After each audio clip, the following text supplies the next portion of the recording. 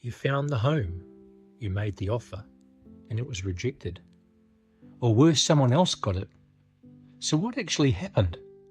I've spent many years in real estate, and one thing I can tell you is this.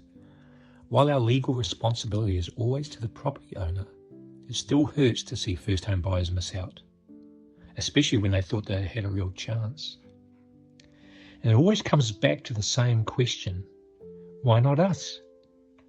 First, it depends on how the property is being marketed. Let's take one of the most common, buy negotiation. This is where a lot of buyers get stuck because it feels unclear. There's no price, no obvious guide, and naturally you're thinking, well, what does the owner actually want?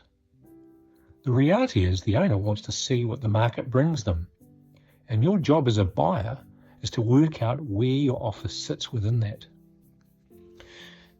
This is where doing a bit of homework really helps.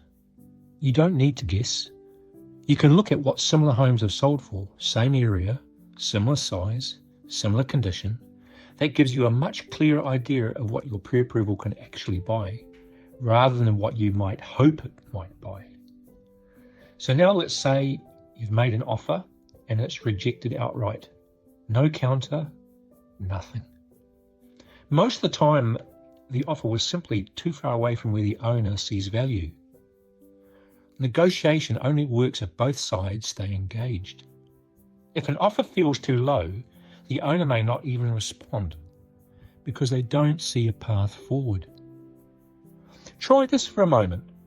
Put yourself in the owner's position. They've made the decision to sell, open their home to the market, and they're looking for a result that feels fair.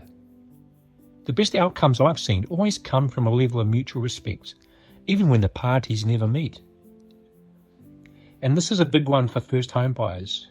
What you can afford isn't always what the property is worth in the current market, and that gap is where a lot of disappointment happens. Now let's talk about multiple offers. If there's more than one buyer, you'll be asked to put forward your best offer, and you may not get a second chance. So it's not about testing the waters. It's about putting forward the offer you'd be comfortable losing the property over. I had one situation where my buyers offered $45,000 more than the successful buyer, and they still missed out. Why? Their offer was subject to finance, and they needed 15 working days. The other buyer was unconditional. No finance clause, no delay, no uncertainty. From the owner's perspective, that was the safer option, even at a lower price. So when we talk about terms, what we really mean is how simple and reliable your offer looks. How long you need for finance, whether you need a building report, and how confident the deal feels overall. The easier your option is to understand and trust, the stronger it becomes.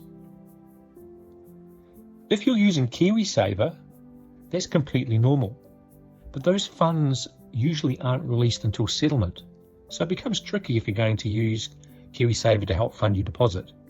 So from the owner's perspective, they may not receive that money up front as part of the deposit, and if they're trying to buy another property in the meantime, that can matter. Even a small cash deposit can sometimes strengthen your offer. One simple thing you can do: ask the agent what settlement date the owner prefers. If you can match that, you're solving a problem for them, and that can influence the outcome. So, if your offer wasn't accepted, it's not always just about price.